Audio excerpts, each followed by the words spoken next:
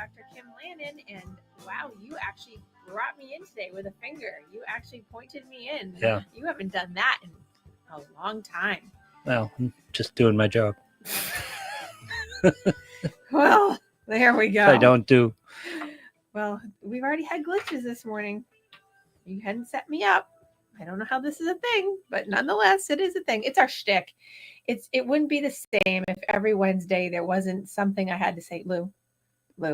Yeah. Like, Lou, here. Like, I can't plug in. I have no monitor. I can't hear. I can hear too hard. There's a lot going on.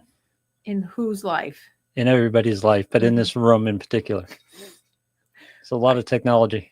Oh, I thought you were talking about something else that we were. There's a lot of that too. But if only people had the behind the scenes before show banter. Wait, I must take a sip of my water. Did you know that today is the 27th day of August, which is 5 months away from my 27th birthday again? Wow. Not even a half birthday? It's a 5-month birthday? Well, it's 5 months away, so it can't be half anymore. So I missed it last month. But 5 months away, I'm celebrating my 27th birthday. Congratulations. Thank you very much. I'm looking good for 27, aren't I? Very good. Thank you. Yep. I would say I'm half of something else, but then, Anyway, so I think you've developed a new opening to the show. Which part? Which you did right before we opened the show. It's the way we should go. I know you thought that was really good. I liked it. So for people that, I will not repeat it, but for people that couldn't hear us, I had an intro that will not make hair that Lou found very funny. Liked it a lot. And he was like, let's go with that. And I was like, oh, I think that would be a thing we should keep to ourselves. For the younger show. For the younger show. The younger edition. Or for the non-professional. Yeah. Well, it's kind of professional. It's just funny.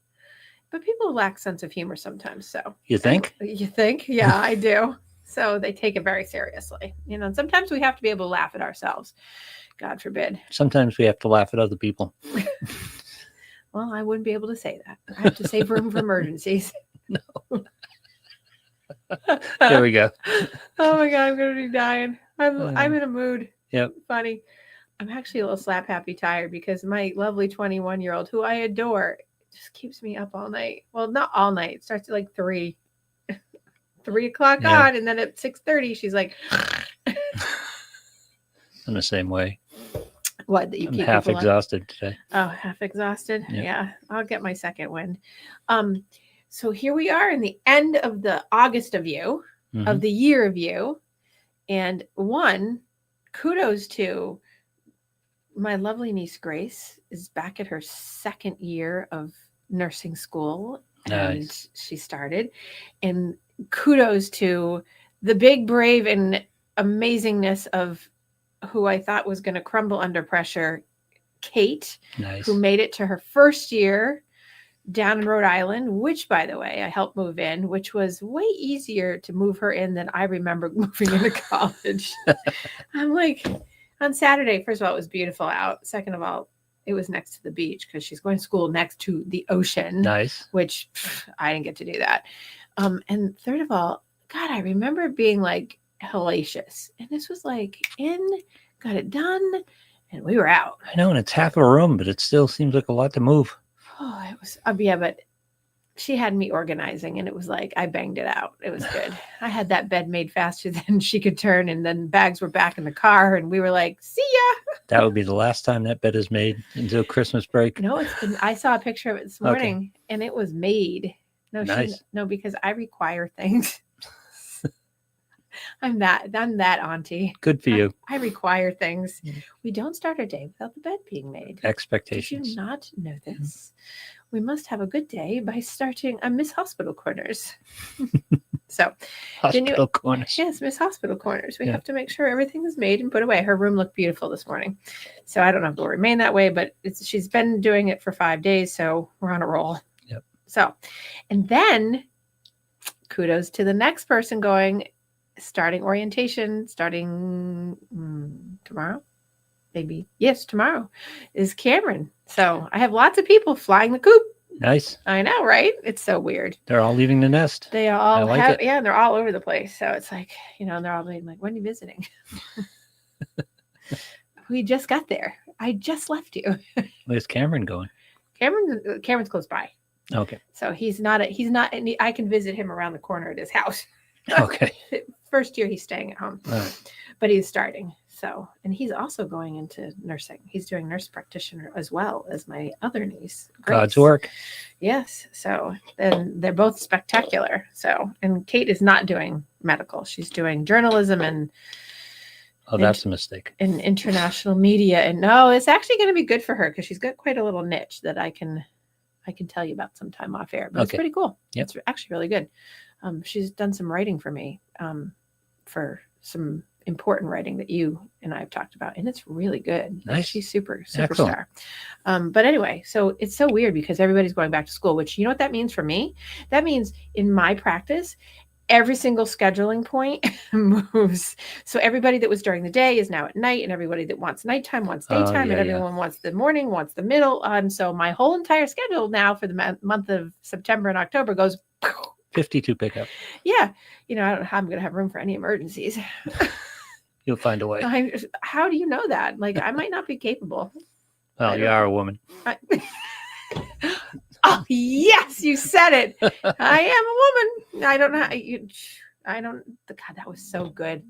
I love you. That was amazing. The year of me right there. Yep. You are a woman. I don't know how you do it. You're so deficited. Anyway, wow. Here we are. That was sarcastic, everybody. So. Oh, yeah. Well, if people didn't pick that up, we've got another issue going on. So the other thing I was going to talk about, well, there's lots of things that I always have to talk about, is, wow, last week's show was very popular. Was it? Excellent. You are my producer, and you do not know this. Do you not follow my tracking and my stats? 12 shows. I do 12 shows a week. But I'm the most important show. Yeah, it's true. So... Nonetheless, let me tell you, I'm excited because I want to be thankful and grateful to the fact that I lost track at some point of how many new followers I got off of that, and also views and likes and full reel push throughs and shares. So please keep doing that, because that's been actually increasing over the year of you and the months of you, and doing this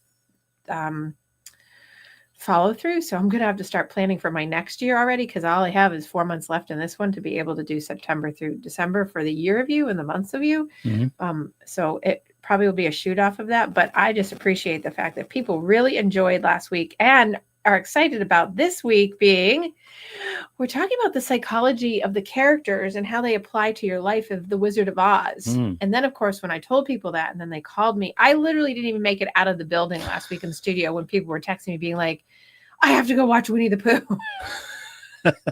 And people were saying, I can't wait for the Wizard of Oz. And then I had requests for, are you going to do Wicked? I'm like, so I'm going to kind of try to combine it all together. And here's Leanne. Good morning, Leanne, texting in from, being a woman means you will get it done. This is true. Exactly. She is coming from our lovely Minnesota. I'll be seeing her in a few weeks. Oh, going to see the cats? I'm going to be with the cats in a few weeks. And Leanne, who is, a cat lady like myself. Does Wicked fall in this category? Mm-hmm. You think so? Yeah, it's the same characters, but just expanded. Are you talking about Wicked being with the cats or Wicked being with Wizard of Oz? No, about there being a psychological yes. study aspect to Wicked. Oh, God, yeah. Oh, it's already out. I mean, every movie has a psychological. Oh, yeah, but some have more than others. But this one's got a long-standing one. But the parable. But in Winnie the Pooh and in Wizard of Oz, the psychology was clearly defined. It was spaced out. But there's a psychology that would preamble the Wizard of Oz because of the fact that Wicked is there, because Wicked has that preamble. Yeah. Do you know that? Did you see Wicked? I did see Wicked. Okay, I'm just making sure. Opening weekend, by the way. Oh. My daughter dragged me. Are you talking to the movie or the... Oh, the movie. Oh, okay. I was going to say. I haven't seen the play. You haven't seen... Have you read the whole book? Wicked? Yeah. Yes. Do you know how it ends? No. Oh, so you're going to go see For Good? Yes. Yes. Oh, Well, I will just tell you that I will see it before it actually comes out because I'll go to the pre-show. Then I'll go to the night nice it to have opens. friends. Yeah, I know, right? Yeah. And then I'll see it 15 more times in before Christmas. Okay, so I withdraw my question because I've only seen half the story. So right. So yes. Oh yeah. Oh, so you don't know the whole story? I don't know those stories. Oh, well, there you go. I mean, I've seen the Wizard of Oz. I know where it ends up. Right, but that's the Wizard. So the Wizard of Oz isn't the same. I understand. The characters in the Wizard of Oz. Okay. This is for the people who haven't, the blue people. The blue people. The Wizard of Oz characters are the characters that are being set up in Wicked to become the Wizard of Oz characters. Mm-hmm. Yes. See, she said Wicked is amazing. Okay. So, and how does that apply? I didn't hate Wicked. What? I didn't hate Wicked. Oh, I'm so glad. How could when people say that they hated it, it just blows my mind. I don't know how that is possible because here's the thing is, well, you got to like musicals first. Well, it's not even about the musical. It's about, see, when I watch that kind of stuff, it's about, because I don't like all musicals. I have a hard time with some musicals. It's more about But you're okay with the premise of a musical. It's it's the psychological, and you know me, I look at things from that perspective. It's like, what is the wonder and the beauty behind the psychology of the thing that's happening? And are the characters well thought out, and do they have depth, and if they don't, why, and does it have a meaning, and so on and so forth. So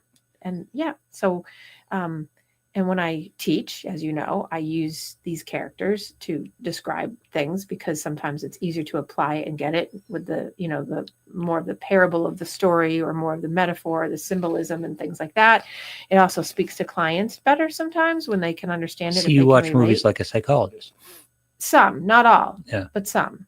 Well, probably all. And then some just resonate with me and then they make me think more about that. So, because I have plenty more that I could do besides these. I know, yeah. But yes, so. Well, I love writing. I'm a writer, so, watching the psychology work in movies, there are a ton of movies that are great. Well, people don't understand how psychology and movie making is, good movie making, right? Like they are hand in hand.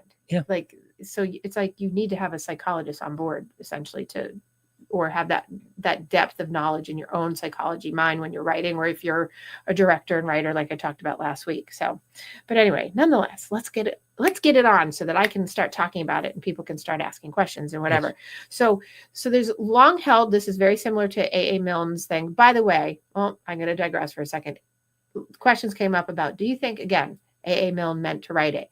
I did a little deep dive into it. And in fact, so Christopher Robin, so Winnie the Pooh, really, right? Winnie the Pooh was actually a bear at the zoo that Christopher Robin, A.A. Milne's son, they renamed it Winnie, but the bear this was real. There was an actual bear at the zoo, right? He developed a relationship with the bear. And he developed, but this is in real life. And he developed the characters around his son growing up and being just, fantasy play. So at the very base, people actually did write about it. And so did he, about why he wrote the way he wrote about this. So there was no weird in-depth thing initially, but it's kind of gone off the rails since, but with people's interpretation. But that's how it always is, right? Mm-hmm. You write something and then it gets interpreted 700 times. Kind of like the Bible. Any good song. I'm going to get flipped back for that. Oh, speaking of songs, Travis Kelce and Taylor Swift got engaged. How exciting. It was 2 weeks ago and it came out yesterday. So I'm very happy for them. Just letting you know. Wow, I'm on a roll. Yep. Okay, here we go. Think it's going to be a big wedding? I would imagine it's going to be pretty good size, but it's going to be really quiet. And you won't know that, it's going to be one of those that it's going to happen and no one knows kind of thing, I think. Why is she not playing the Super Bowl, by the way? Who the hell knows? I could speculate, but I won't. I don't know, but people that hated her all of a sudden are coming out saying how much they love her and appreciate her now. Okay.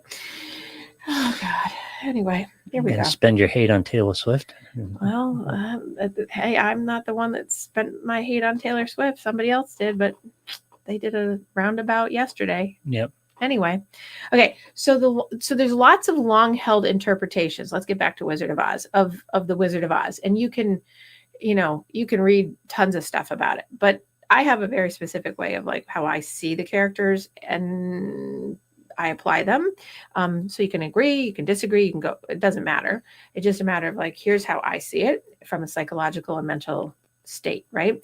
And I have my little notes because I wanted to make sure that. So when we're talking about the Wizard of Oz specifically, not Wicked, we're talking about the Scarecrow, Yep. Tin Man, Cowardly Lion, and obviously Dorothy. And then there's other characters in it, but people, I'm not going to probably get into all of those today unless people ask me for something, and it really is specific to each character having their struggle, their reality, and the lesson from each of them. So that's why it's great to use them in terms of like applying to your own life psychologically, because it's kind of like, okay, can you use these characters to really identify where your mental or your emotional struggles are, and then be able to figure out, okay, where's the reality around that, and what life lesson can I get from this to like move my life forward, right? And again, not consistently. No. In any given moment, you could be anywhere on this scale. You could. Yeah. And I think with the Wizard of Oz characters, I think that people become more stabilized around one of them than another, whereas like you can sort of bounce around. Like I can move like, we need more Tigger today or whatever. I don't do that as much with the Wizard of Oz characters because they're more identifiable, right? Like just who they are as a trait base and not state base that's movable and transient, whereas I think in Winnie the Pooh they are. Plus they don't mitigate each other like the Winnie the Pooh characters. Exactly. The crossover isn't the same. Yeah. So the whole movie or the whole book, the original the original story of The Wizard of Oz is really representation of the journey. Now, some people say it was a psychotic journey. Some people say that it's a hallucination, whatever. Okay, take that off the table. Just think of it as a journey, that we're all on a journey where we, as our own, we're Dorothy. We're all our own Dorothy. Yep. Right? Just add your name in. And we have to constantly be in search of overcoming inner conflict and showing ourselves how to overcome those things as we go along in life. And sometimes we get derailed. Sometimes we're not on the right road, hence the yellow brick road, because the yellow brick road, in my mind, represents the road to wisdom.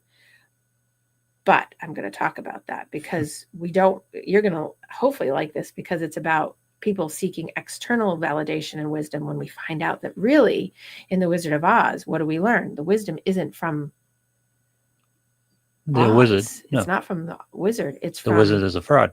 Well, the wizard is a fraud because external things are usually a fraud to us. We have to find it in ourselves. As cliche as that sounds, we find the wisdom within ourselves. And that's one of the whole things about the Wizard of Oz. Okay. So if we So do you see this as Dorothy's mental committee? The three characters? They could be. Yeah. They could also, yes. So if we look at it that way, yes, but we can also see them as all individuals in Dorothy's life. But for the sake of this particular show, let's go with it. This is like the committee in one's struggle. She's handling influencing her from her own mind. For her own mind, right? Okay. So let's take the Scarecrow, right? Probably one of the easiest ones in my mind to do, because the Scarecrow represents the struggle of low self-esteem. And so many people have that struggle and suffer from low self-esteem.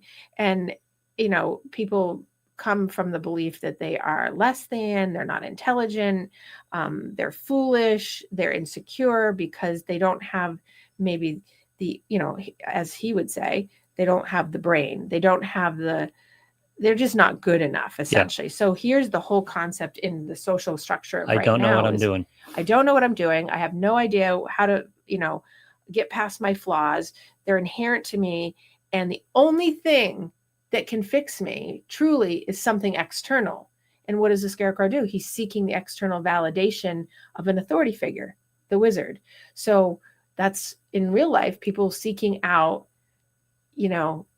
a committee of their own to find, do you validate me? Am I okay enough? Right. Am I good enough? Are we okay? You see people say, do you love me? Do you love me? Do you love me? Like, that's the same kind of thing. It's you're constantly seeking out that, something inherent in yourself to be fixed because you're flawed. You generate a bigger perception of how flawed you are. Yep. And then you seek out that external authority whatever that is, whether it's a teacher, whether it's a parent, whether it's a spouse, whatever it is, to constantly feed that cup, right? And it's not necessarily healthy, right? More often than not these days, that's an I'm okay, you're okay relationship. Yes. In other words, where both are dysfunctional, but they accept each other. So it's like kind of embrace it. But yes, if that became healthy, but the thing is, a lot of times that loop doesn't. That's not healthy. That usually doesn't healthy loop. It usually ends up still being the person still being scarecrow, right? And so they stay in the struggle. But the reality for the scarecrow and for people like the scarecrow is that, if you have low self-esteem throughout your own story, you're consistently going to be clever and resourceful, which implies that you have a brain, right? But one doesn't have the insight, doesn't have that self-observing thing to look at the fact that you're very clever, you're very resourceful, you provide yourself practical solutions to compensate, to save yourself. Now, for Dorothy, we're saving ourselves from getting emotionally annihilated all the time because we have figured out a way to get what we need, but we don't accept it and put it into an integrated process and possess it to ourselves. We keep searching for it because although we compensate and although we are very resourceful, we then don't give ourselves the credit for the fact that we did it because we had enough whatever resource to do it, because we automatically go, oh, well, that's not a big deal. And that wasn't a big thing. And, oh, I got an A, but that doesn't really matter. It's that constant put down of, but the reality is that despite the struggle of being unintelligent in the scarecrow's mind, he is quite intelligent. He's very intelligent. It's sitting there, but it's just uncovered. It's not been uncovered. That lack of confidence can short circuit your execution. In other words, if you don't trust your ability to do it, you don't take the chance. Exactly. Yeah. Right. And so, then that becomes self-sabotage, right? You're always getting in your own way. Well, passively. But passively, right. And so the lesson for the scarecrow, right, is that his journey teaches that wisdom comes from already the intuition and the creativity of the problem solving that's already there, and not from necessarily a formal education or some other object or physical object or a wizard or someone else that has greater knowledge. The character of the scarecrow serves as such a great example of someone who has imposter syndrome, right? And you know what I mean? In which, a person is capable of feeling convinced of their own incompetence. They've bought into that saboteur of themselves, that they just don't have the confidence. Therefore, they're never going to be, it's kind of like Eeyore. Why bother going out when you just have to come back? That lesson is that actually, if you can work that through in your mind and have low self-esteem to get to a point where you have better self-esteem, it's because you have come to know that your wisdom truly is there and you're building it, wisdom over time, right? Yep. Is that you're truly building it from your own intuition, your own creative sense, your own ability to validate yourself, and convincing yourself in truth that you actually are competent, and not buying into old tapes or buying into societal tapes or looking for the need to say, I do know I have it, but I just need your validation anyways to say I'm okay. So there's one piece. So say Dorothy has low self-esteem and this is part of her committee, there's where the scarecrow would sit. And so the lesson would be to get to that point, right? Yep. So that's how we would help a client get to the point of being like, okay, trust intellectual self-doubt. Trust yourself, trust your creative process, trust that you don't need anyone else to tell you you're okay. Trust that you're not an imposter when you're doing, when everything in the face of fear, you actually are doing a great job, but you always fear that you're falling down. Understand you have internal control over your outcomes. Right. Exactly. Yeah. Exactly. Yeah. Right. Okay. So then moving on to the Tin Man. I love the Tin Man. So the Tin Man represents being suppressed. All that emotion that's suppressed is just sitting under there. And so it's that exterior, the representation of the actual tin exterior is so telling, just as a representational pole there, right?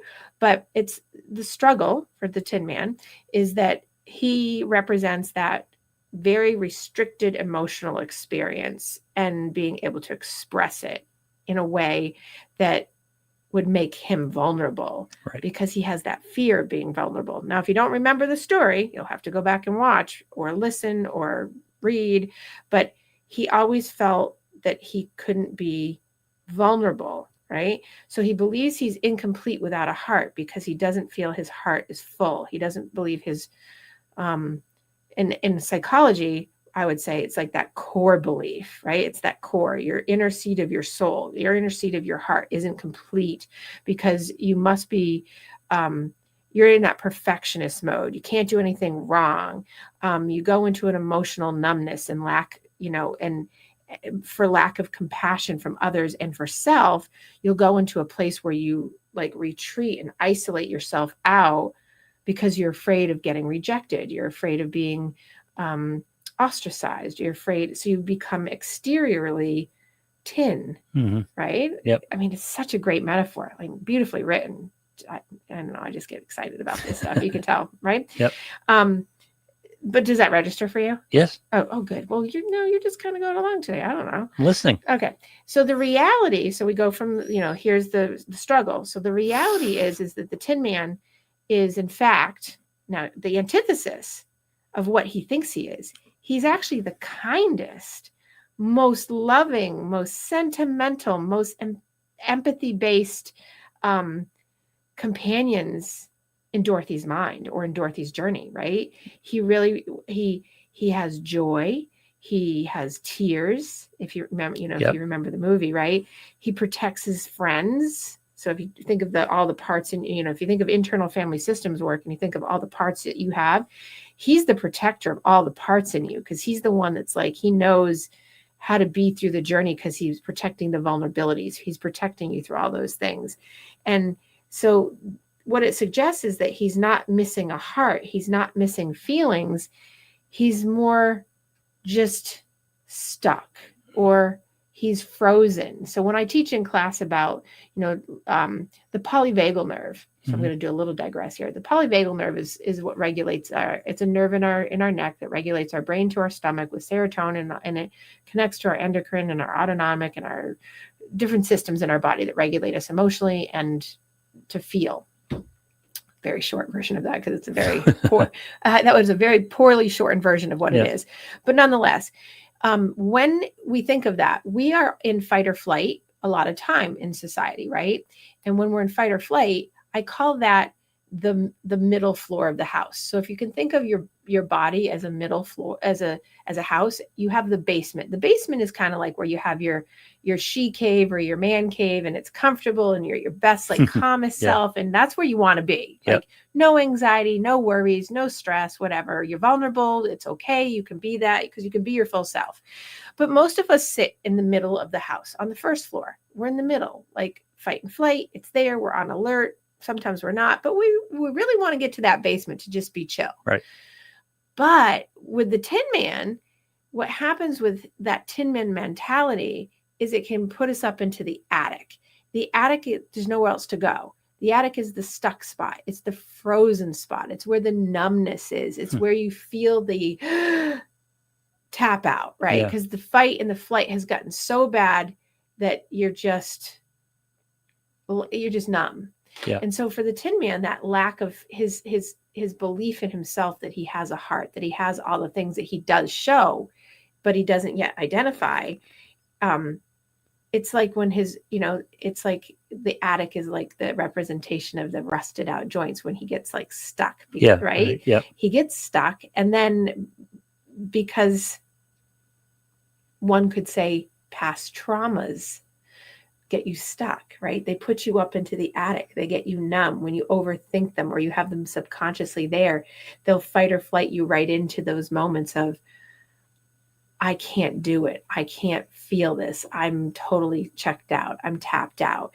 And so a past trauma can put that there. But for the Tin Man, a past trauma did that because, the witch, the wicked witch, right, inflicted this upon him as a human, which turned him into such a great metaphor for like what parents do to their kids so many times, right?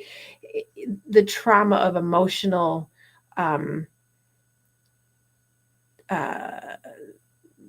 there's so many words, the trauma of emotional neglect, the trauma of emotional beat downs, essentially the tearing down of one's self-esteem and self-worth, also in the Tin Man becomes the person who becomes the exterior person. And so what happens? The Wicked Witch negating their emotional their center. own emotional person, right?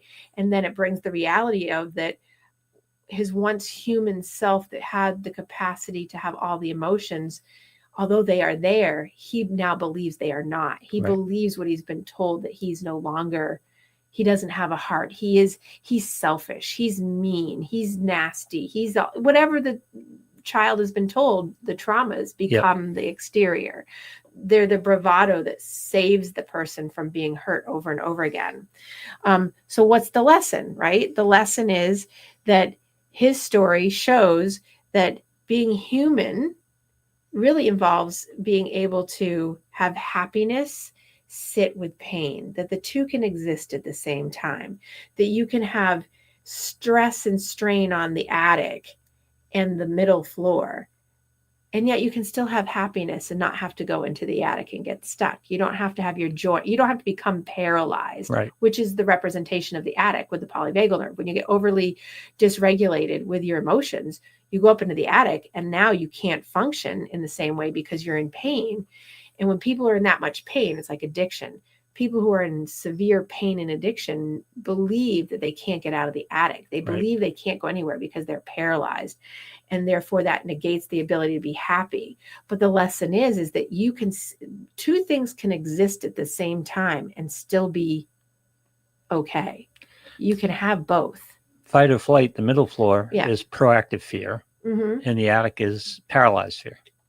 Exactly. Beautifully put. Thank you very much for summarizing that. Good job. But that's true. Right. And so in that, so if you can get that observation and that insight, what you realize as the Tin Man is that having a heart is really about being able to understand that you can be in the middle floor and in the basement and don't have to go into the attic, and that you have empathy and you have kindness and you have love in your heart. And that doesn't mean you still don't have trauma and hurt, but you can still have both. So you can exist in the space without having to completely paralyze out, which is what trauma does, which the Tin Man represents, that there's a trauma that has negated his ability to feel like he has a heart, but he actually does all along, as we know at the end of the story, right? All he's got to do is allow himself to feel it. Right. And he has to be able to see it, right? And that's why people go to therapy, is because they go because they feel like they've lost their way, right? So that's part of his journey, right? Yep. Okay. Going on to the lion. I love the lion. The lion in Wicked, who is the baby cub who becomes the lion in Wizard of Oz, right? Did you know that? No, I didn't. That little lion cub that you saw in Wicked? Yeah, no. Didn't put that together. Okay. Oh, do you know who all the characters in Wicked become? Offhand, no. Oh, well, we'll have to go back and review this for you. Yes, I'll have to review it. Okay. Okay, so the Cowardly Lion, right? I went. Well, clearly you didn't watch the movie. I watched the movie. Okay, but you didn't make the connections. I kind of passed it, yeah. Okay. Well, it's a lot of singing. I'm going to... Oh, my God. Yeah, but you have to listen to the words because they make the story. I know. Jeez. Okay. So, I'm going to come back around. Do not let me at least put those together for you today, in case people that are listening don't know. Okay. The Cowardly Lion represents anxiety. That's just like, it's, oh God, the characters are just so good. See, it's so exciting, right? So the struggle with the Cowardly Lion is that he has just like globalized anxiety. You know, if you remember the old movie, it's like, he's just this cowering anxiety basket. But I love the juxtaposition of the fact that here's this lion. Now I work with... Wait a second. We had anxiety before this generation? Yes, we did. We did. Yes, they called it neuroses. Yeah. Yes. Yeah. Yes. And it was particularly... Everyone thinks it's a new invention. And it was particularly pinned on women. Yeah. Yeah. Because, men are so much better. Men are stoic. Oh, yes. Yeah. Yeah. Yeah. Don't get me started. That's a whole nother show. I know, right? Okay. So anyway, so the struggle is real, right? Because it's the overarching piece of globalized anxiety and the juxtaposition of using a lion as the character, because lions are not anxiety prone, right? No. They're not an anxious animal. And given they're supposed to have the most courage. Now, do I know some lions that I've met in my career, literally, that have anxiety? Yep, because they've been traumatized. Yep. They have been abused in roadside zoos. They have been, I mean, as a person who's worked and been around lions who've been in sanctuaries, just like any human being, you're born with the ability to have the courage and the non-anxiety base, but we are learned into it. We are taught into it. We are shaped into these things. And so this beautiful creature who has no reason to have this becomes cowardly and anxious because they believe that about themselves. And so what does he do? He expresses himself through like being very flustered all the time and hiding, and he uses sarcasm a lot. He uses self-deprecation, and despite his lion being his lioness, not female, but lioness power that he has, because he should be this thing, he sees himself as a animal who lacks courage, who is a failure, who hasn't persevered. All the things I talked about 3 weeks ago, right? Not living up to being a lion. Right. He's not living up to his expectations. And so his fear puts him up in the attic and paralyzes himself and brings on feelings of weakness and despair and running away from things, avoiding things, the avoidant attachment, all the things that come up psychologically for people that have that even at the base, small amount of anxiety can turn into this, right? So what is the reality? The reality is, because that's often lack of control, because people with anxiety are very reactive. Exactly. And they don't think that they have respond out of their control, and then say, why did I do that? Right. They react out of their control. They don't respond. They don't look at it logically. They don't look at their reality, which is that they have a misdirected self-perception. They have a self-perception that has been created externally, and they've bought into it, and then they've created more around it, and then created more around it, and now here we are. Because the Dorothy in their mind doesn't exist. Right, exactly. Yeah. I mean, essentially, yes. Yeah. So like his companions, the Tin Man and Scarecrow, etc., he consistently, in reality, is really demonstrating bravery by facing down danger to protect his friends in the movie, in the story. Yep. But that doesn't come because all of a sudden he rallies out of nowhere. It's because it's already present within you. So when people say, I'm anxious, I can't do it, I always say, there is no can't. Yep. Can't means I'm not willing to try. All you have to do is try, because it will be there. It's always there. Yep. You just have to know to try.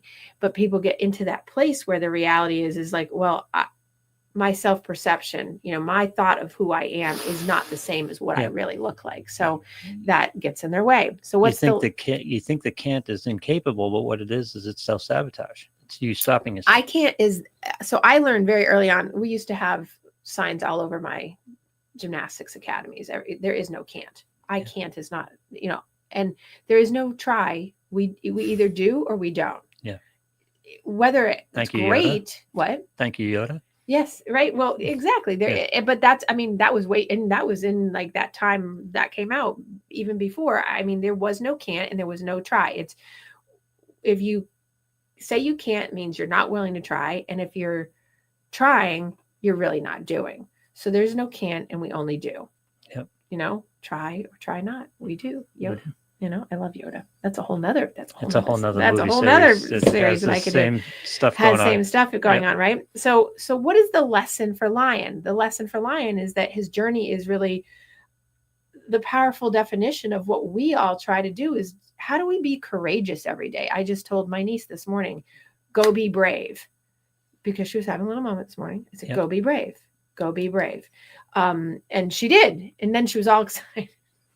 I love the moments, because all I said was, be brave, just go be brave and just step into it. And like, not even, I think it was like a minute later, she was like, oh my God, you would never believe. I'm like, oh my God.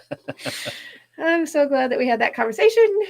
But it is about demonstrating courage and not the absence of having fear. You can still, again, two things can sit at the same time. Yep. You can be courageous and still have fear.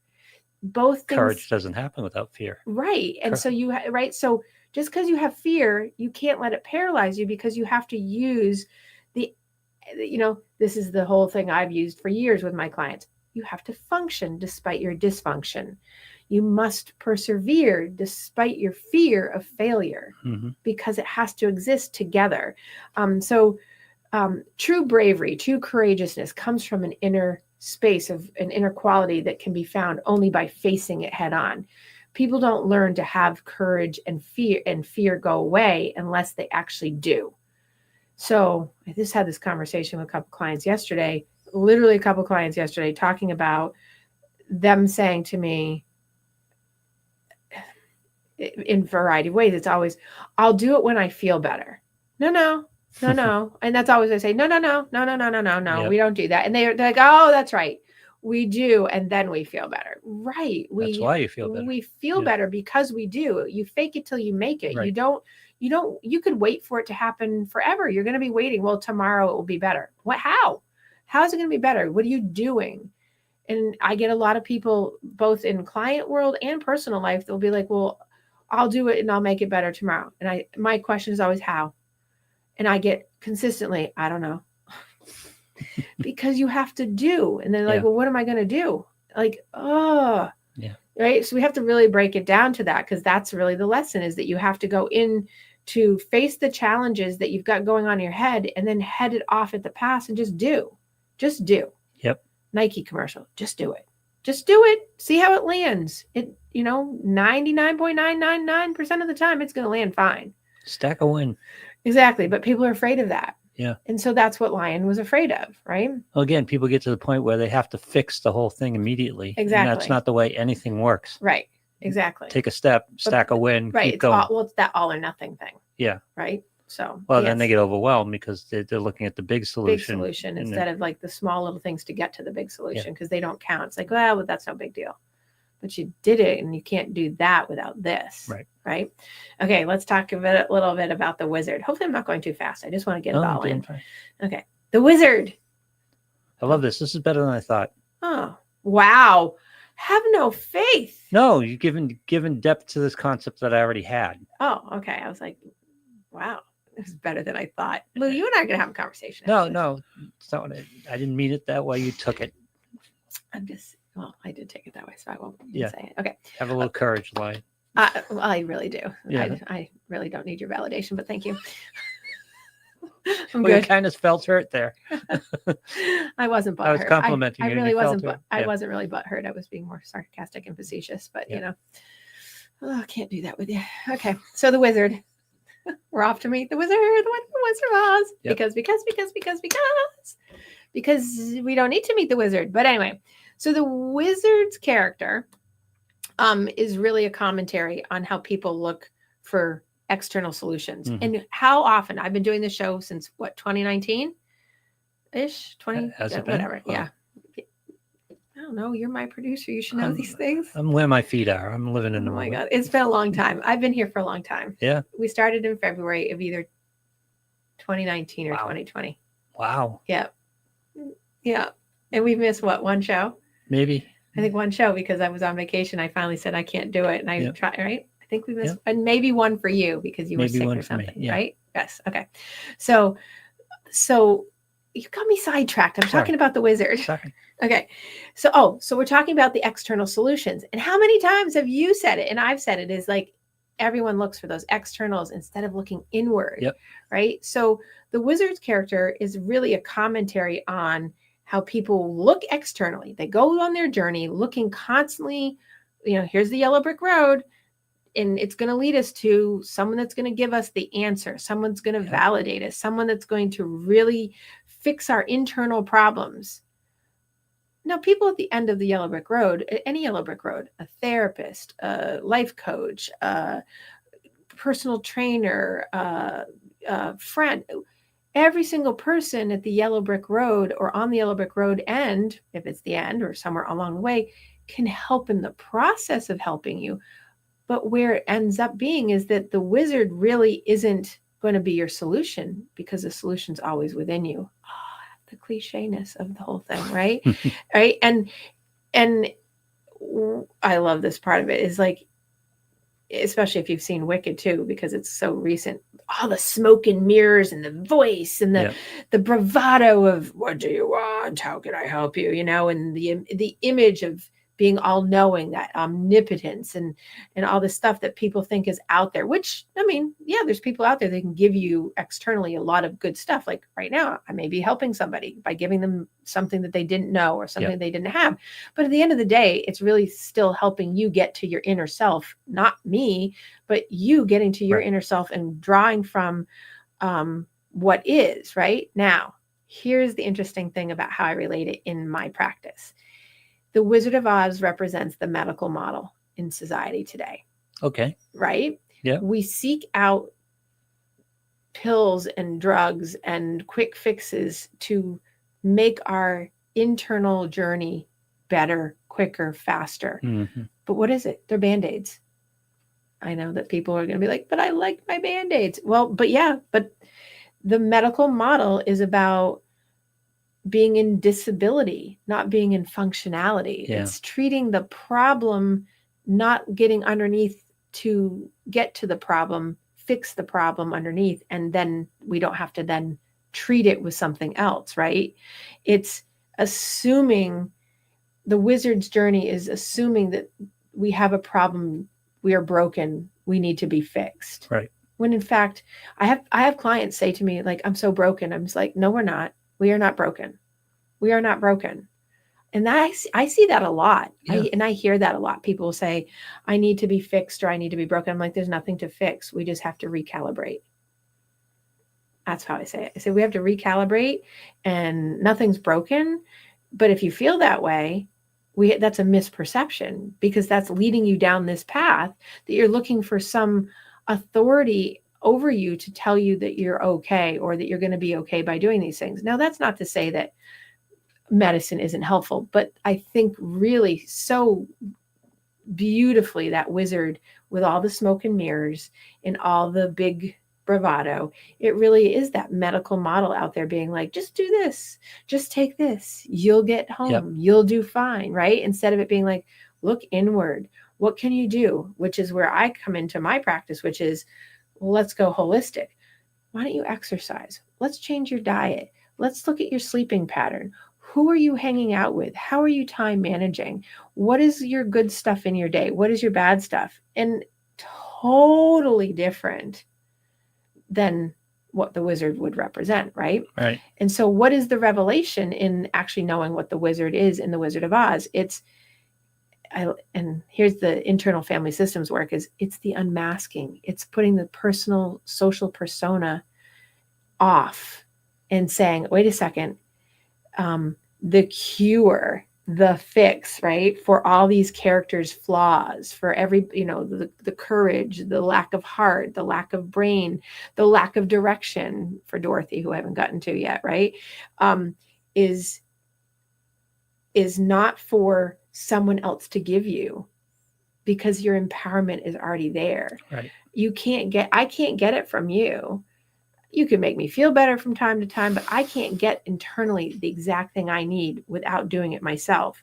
So he simply is just a symbol of like a testimonial to the fact that you can have heart, you can have courage, you can have bravery, and to get you. No, you do have heart. Well, yes. Courage and bravery. Well, so in this way, me as a doctor in psychology, I'm not able to give it to you, but I'm able to draw it out of you to have you see it yourself without me being the one that gives it to you, because I can't give it to you.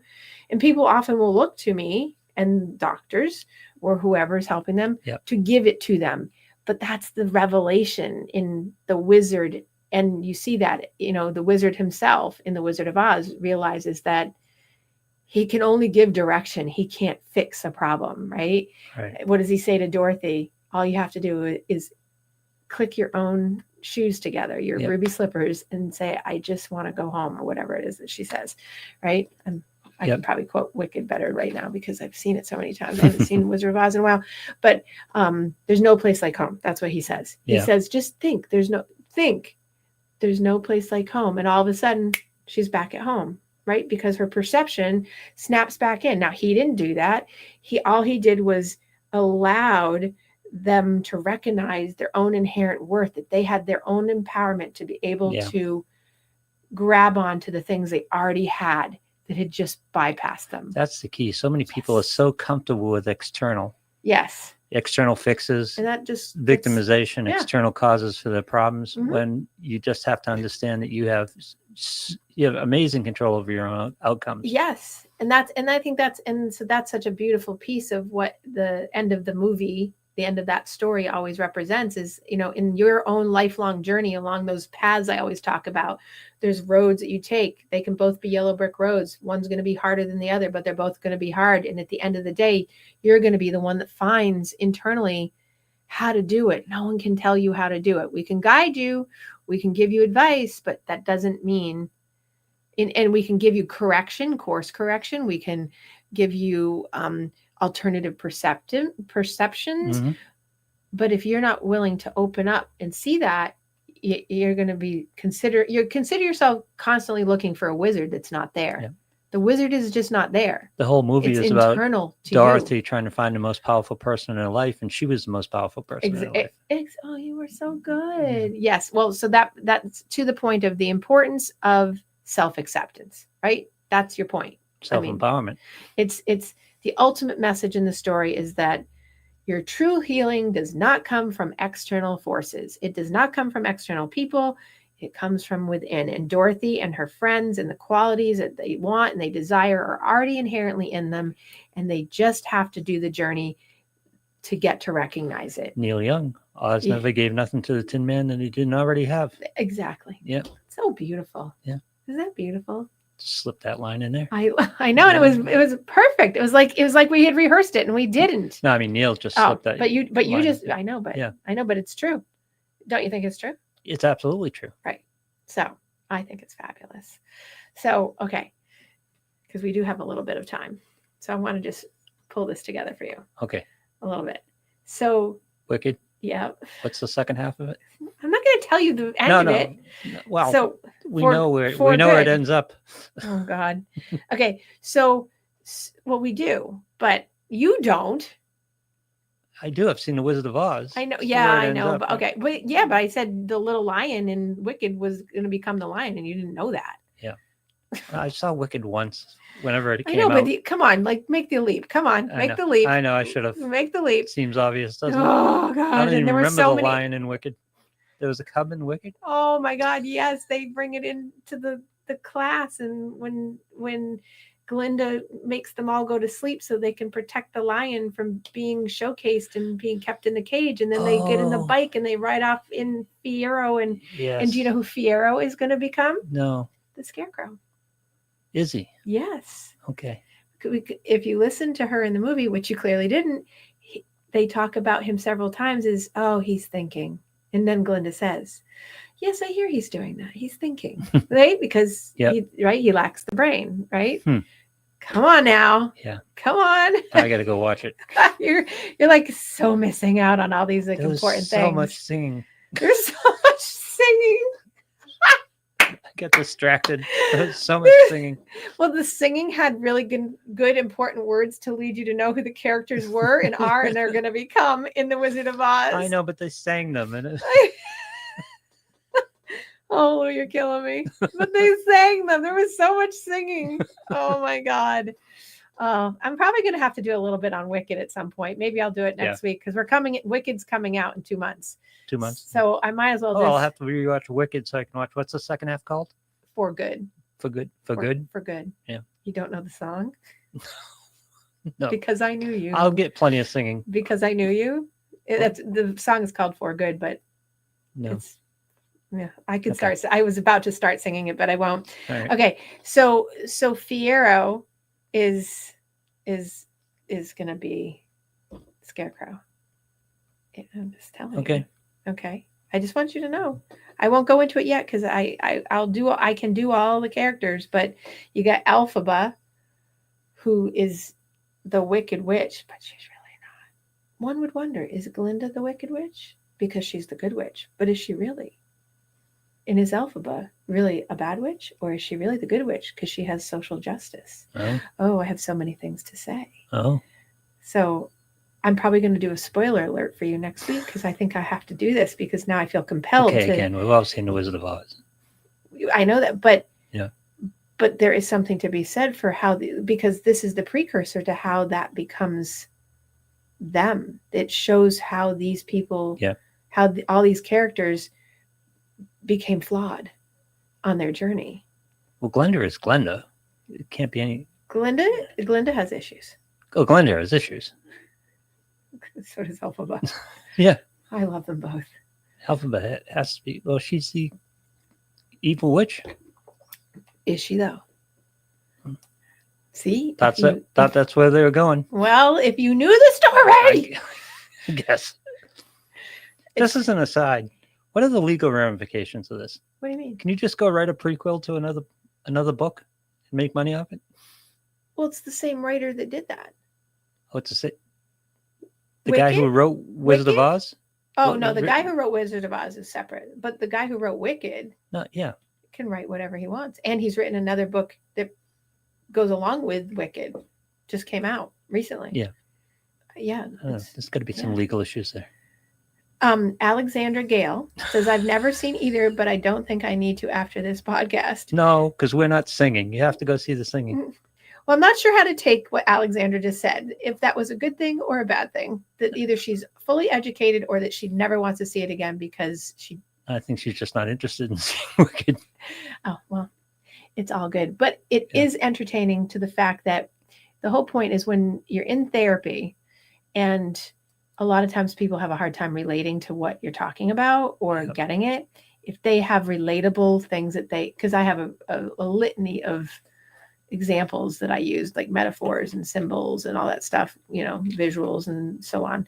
But when people start understanding it through like movie concepts or things that they understand, they actually get it better. And that's actually the point of doing this. This is important because a lot of the principles that I'm sure you deal with, and when I was going through the journey and trying to figure things out, a lot of the principles in all the modalities and all the stories and all the methods are the same. Yes. You just got to find the one that lands for you. Well, right. And that's why I did one last week and this one this week. And I mean, I could do the psychology of the Dark Knight with Batman, and that one's all about fear. And, so if equating it to the movie works for somebody, that's great. Exactly. Because it's all the same principles. Well, right. And a lot again, of times, I didn't, until we started this, I didn't get into the whole committee aspect of it, but that's what this is. Dorothy, they are a committee, Dorothy's committee. Yes. Well, exactly. Yeah. You could use it as Dorothy's committee. You can use it as people around Dorothy. Like, yes, that could be an internal committee. Well, that's what's going in your head. Right. Right. We've all got the Lion and the Scarecrow. And I think that after doing this for 30 years, oftentimes clients don't know themselves well enough to even understand it when you give it to them as not saying that people don't understand, but it makes it easier when you can give metaphoric reason and understanding that they can relate to on that level, and these things work. So you don't really have to like the movies or the stories. It's more about, do you know them, so that then you can relate in that way. And if you don't like those, there's plenty of others. And that's why I said I have a toolbox that's 30 years deep. For me, it was The Secret, but not the metaphysical part of The Secret. Yeah. I didn't buy into The Secret totally. Right. But there are a lot of principles there that I found useful. Right. And led me to other things. So I didn't buy into it. I'm not into it the way they intended it. Right. Well, that's like a lot of things. I mean, that's why it's a loose way to be able to do it, but people enjoy it because they find aha moments. Yeah. I think I have more clients. I mean, I'm on 100,000 hours of client time, literally, in the past 30 years. And I think How I've do you had have time. Well, especially for emergencies. So I see that I have more people have aha moments when I utilize these types of techniques versus straightforward, just you have anxiety and let's talk about it. Yeah. I don't find as much success, not to say that I don't have it, but I find more success when I use things that relate to people on that level, because people are much more driven by social constructs of things that they know in the world. and I adapt it to their era, generation, et cetera, et cetera. And can I just answer? Can I just answer him? Well, how about you let me try first? Yeah, okay. Let's see. Since it's my show, Yeah. let's see. So how does one meet the real wizard? Sit in meditation, talk therapy? So that's a great question. So, and by the way, Rohit was a former student of mine, and he's brilliant. He is very brilliant. Nice. Yes. And I don't say that lightly, like literally, legitimately. He's brilliant. You don't compliment people. Well, in my experience. Thanks. I don't compliment people. Yeah. That's not true. I compliment where it's deserved. I know. I just don't give it out freely. So if we just compliment on everything, then we just run amok. We have to do it, sparingly. But so how does one meet the real wizard? That's your journey. You're always meeting it's like self-actualization. You're having moments where you have aha moments. You're meeting the next version or the next piece of you as you are the wizard. Yeah, you are the wizard. So that's the answer. Right. So you can sit in meditation and you can have aha moments, or being at peace and having a moment fill you. You can have talk therapy. You can be listening to a podcast. You could read something on a billboard. I mean, I've had people have like aha moments and become their own wizard in the most bizarre, offbeat kind of ways that I have stories to beat the band on. Mine. I do. We're on a Cincinnati press conference. Yes. As life-changing. As simple and as basic as that we're on to Cincinnati comment is something that can be as life-changing for someone as anything. It was. Right. It absolutely was. I have students, clients, and particularly student, to Rahit's thing, you are your own wizard. Let me reiterate. Yep. But you are your wizard. And I've had clients and students both like come back to me years later or write me beautiful letters or things that I've said that I don't remember saying, but remember that I probably did say it because it sounds like something I would say. And they'll reflect back and say, this is what happened. And this is what you said, or this is what happened when we talked about this, and this changed my course, or this changed my life forever. Like, yep. But it's because I said, I didn't do it right to the point of being the wizard. I'm not the wizard. No, I am just a guide. I can put things out there. You take them, you leave them. I don't know if you've taken them or left them. Then I only get that knowledge or feedback when someone says, but whatever that message is that landed, you heard a million times in your life, right? A million times. It was just a moment and a combination of and the way it was said, or right. Exactly. That it landed for you. Exactly. Because this is all very basic stuff. Exactly. Yeah. Exactly. But you got to find a way that it lands for you. But I really do think that the easiest answer people chuckle, but we're on the Cincinnati, it's literally life-changing. Well, because first of all, I think to Rahit's point, I want to just validate that again, is you are your own wizard. Yes. You are your wizard. You have it all in you. Yep. Everything to heal you, everything to understand you, everything to fix, in quotes, you are your own wizard. You just have to seek out maybe some guidance, and that's where you find it, right? But the On to Cincinnati commentary, right? That is allowing yourself to let go. That comment right there is the quintessential ability for someone to let go of what just happened and say, we move on now. That was what that was, not what is now. It's acceptance. Too. It was radical acceptance. And look at, Rohit, who I said was brilliant, says, I appreciate you saying I'm brilliant, but it feels like it's just 90% potential right now. See, that's telling. And he just made my point. Exactly. Thank you. Yay! He just made my point of exactly what the show's been about today. That's so telling. Yes. Yeah. Tap into your wizard. Tap into your wizard. You have 100% potential at all times. It's whether you're using it. Yep. Right? So you're not using that 90%? Find a way to use it.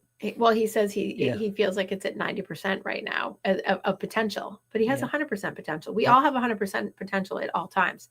It's whether we're tapping into it. So he has to figure out, what is he not tapping into, and or is he misperceiving where he's really at because he's looking for something that isn't there at this time. Yeah. Because he hasn't gotten to that part of the journey yet. He's looking for an external answer for the potential, which is time. Right. Or wisdom over time. Right. Which is being your own wizard. Right. Oh, I could break into song, Lou. Such good stuff. The hills are alive. No, defying gravity or something. I know. Well, I could sing that. Yeah. I really could, but I won't. Because I could. I could also sing For Good. I'd pay a couple bucks to see that. Which one? No, defying gravity. Oh my God. See, I've already got defying gravity. Do it in the comments. Don't text her. Who? Huh? Who? Well, I thought someone was texting you already. Oh, no. Well, they are, but it has Join nothing. the conversation. It has nothing to do. I know it has nothing to do with the show. It's a separate issue. It's a niece related issue. Apparently, she's gonna tell me something great. So that's good. She just had her first class, and I'm sure, it was mind blowing and amazing. So I'm about to hear about that, and I love that because she's actually finding that she's her wizard. She's finding, yeah, exactly. She is. She actually is, which is so good. So anyway, so in the end of the month of August of you, and the end of, be your own wizard. Be your own wizard, because you are your own wizard. Mm-hmm. Find yourself and your own potential, and get out of that misperception, and know that you have courage, know that you have intelligence, know that you have the ability to not have anxiety, and you have bravery, and just take the leap.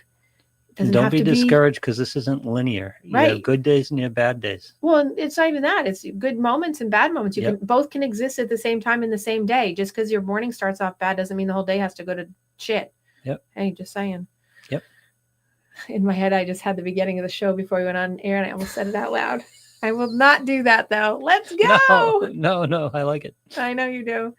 Okay. So, well, you guys have a fantastic week. I will be with you, of course, next week. I'm not sure what I'll do at this point, but I may jump off of this. This is better than Winnie the Pooh. Wow. Yeah. Wow. And I love Winnie the Pooh. Oh, no, it was great. Wow. All right. This was really, really good. I think it's because it touched you. Huh? I think it's because it touched you. I just love talking about this stuff. All right. Well, wait till you hear about Wicked. I gotta watch Wicked. I'm gonna sing it. Sing it loud. All right, you guys. Have a great week. Thanks for joining, and make sure you comment, share, like, and do all those things for me. You're doing a great job for me out there, getting it out there. Thank you.